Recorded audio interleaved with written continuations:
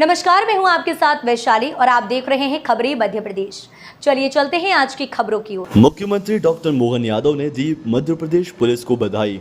मुख्यमंत्री डॉक्टर मोहन यादव ने मध्य प्रदेश एटीएस द्वारा आज खंडवा से इंडियन मुजाहिदीन के आतंकी फैजान पिता हनीफ शेख को गिरफ्तार किए जाने की कार्रवाई पर पुलिस के अधिकारियों और स्टाफ को बधाई दी है।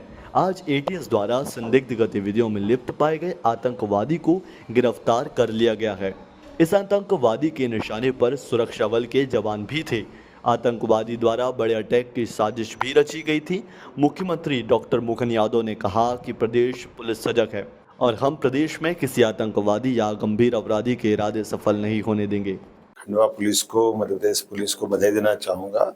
हमारी पुलिस चौकस, चौकन्नी और सतर्क है। यही कारण है कि एक आईएएस का बड़ा आतंकवादी, जिसके माध्यम से बड़ी संभावना थी, हमने चौकन्ने होकर के उसको न केवल अपने कब्जे में लिया, बल्कि उसके साथ कई सारे साहित्य, कई सारी चीज़ें हैं।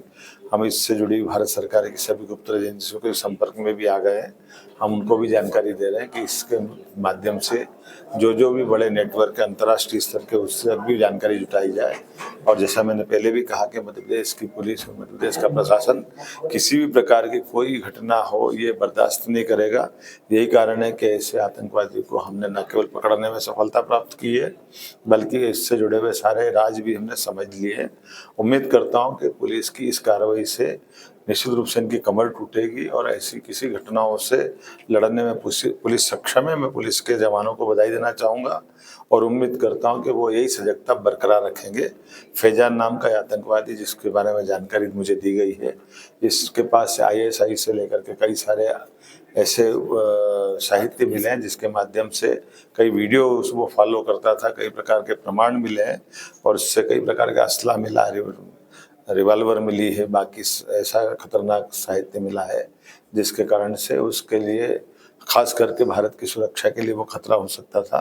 मध्य प्रदेश की पुलिस को मैं एक बार फिर आपके माध्यम से बधाई देता हूँ। ये किस तरीके की मानसिकता है कि देश में रह रहे हैं, देश का खा रहे हैं, लेकिन ये बड़ा दुर्भाग्य के साथ कहना पड़ेगा कि ये ऐसी व्यवस्थाओं के खिलाफ ही तो हम कहते हैं। तो हमको कहा जाता है कांग्रेस के लोग कि ये हिंदू आतंकवादी। अब मैं किसको बोलना चाहूँगा? कांग्रेस के नेता को जिससे सबक लेना चाहिए। ऐसी घटनाओं के कारण से ही तो देश की सुरक्षा व्यवस्था में खतरे में पड़ती है। मैं उम्मीद करूँगा कि पुलिस इसी प्रकार से सजगता के साथ ऐसी कठोर कार्रवाई करती रहेगी। ये जवानों पे हमले की प्लानिंग बना रहा था। बहुत सारी बातें हैं, अभी मैं ज़्यादा कुछ बोलूँगा वो ठीक नहीं रहेगा, लेकिन हमने समय रहते बहुत बड़ी वारदात होने को रोका है और मध्य प्रदेश की सरकार ऐसी बातों से निपटने में सक्षम है। केंद्रीय जांच एजेंसियों से कांटेक्ट किया? जरूर मैंने बोला ना प्रारंभ में कि सबसे पहले हमने केंद्रीय गुप्तचर संस्था से लेकर भारत सरकार को सूचित किया है कि ऐसी व्यक्ति एक ऐसी घटना से लिप्त पाया गया। हम भी अपनी जाँच कर रहे हैं और वो उनको भी सहयोग करेंगे ताकि वो उससे डिटेल में जानकारी निकाल सकें। थैंक यू, बहुत धन्यवाद। शहर में 149 लो फ्लोर बसों के लिए फिर थमे पहिए। शहर के भीतर 10 रूटों पर चलने वाली 149 लो फ्लोर बसों के पहिए गुरुवार को अचानक फिर थम गए।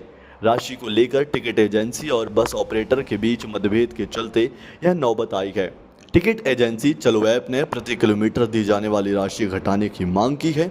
इसके चलते बस ऑपरेटर मां एसोसिएट ने अपनी बसें डिपो से नहीं निकाली। इसके चलते इन बसों से आवाजाही करने वाले लोगों को परेशान होना पड़ा। सिंधिया ने अपने ड्रीम प्रोजेक्ट के पुनरुत्थान के लिए कसी कमर। केंद्रीय मंत्री ज्योतिरादित्य सिंधिया ने अपने ड्रीम प्रोजेक्ट स्पाइस पार्क के पुनरुत्थान के लिए कमर कस ली है। लेकिन ज्योतिरादित्य सिंधिया के ड्रीम प्रोजेक्ट में सबसे बड़ी बाधा रेलवे अंडरपास ब्रिज है। अंडरपास ब्रिज की ऊंचाई कम होने के कारण इसमें से लोडेड वाहन नहीं गुजर पाते, जिसके चलते राष्ट्रीय स्तर के स्पाइस पार्क में व्यापार सुचारू रूप से संभव नहीं हो पा रहा था।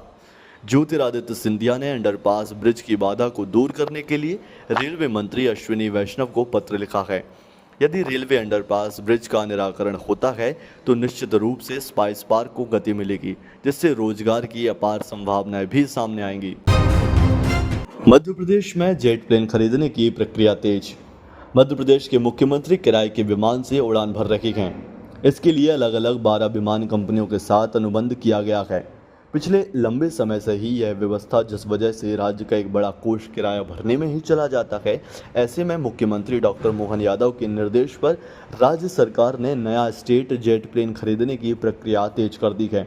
पिछले वर्ष 150 करोड़ रुपए और इस वित्तीय वर्ष में 75 करोड़ रुपए का बजट प्रावधान किया गया है। गुरु पूर्णिमा पर भोपाल में जुटेंगे महामंडलेश्वर स्वामी अवधेशानंद के अनुयायी। मध्य प्रदेश की राजधानी भोपाल के पॉलिटेक्निक चौराहा स्थित मानस भवन में 21 जुलाई को गुरु पूर्णिमा महोत्सव मनाया जाएगा। यह कार्यक्रम स्वामी अवधेशानंद गिरी महाराज के अनुग्रह से संचालित संस्था प्रभु प्रेमी संघ चैरिटेबल ट्रस्ट भोपाल शाखा ने आयोजित किया है। श्यामला हिल्स स्थित मानस भवन में गुरु पूर्णिमा का कार्यक्रम रविवार 21 जुलाई दोपहर 2 बजे सुंदरकांड से शुरू होगा, जो कि रात 8 बजे भंडारा व प्रसाद वितरण के साथ संपन्न होगा। प्रभु प्रेमी संघ चैरिटेबल ट्रस्ट ने सभी अनुयायियों से सपरिवार पहुंचने की अपील की है। जुड़े रहिए खबरी के साथ, क्योंकि खबरी की है हर खबर पर नजर।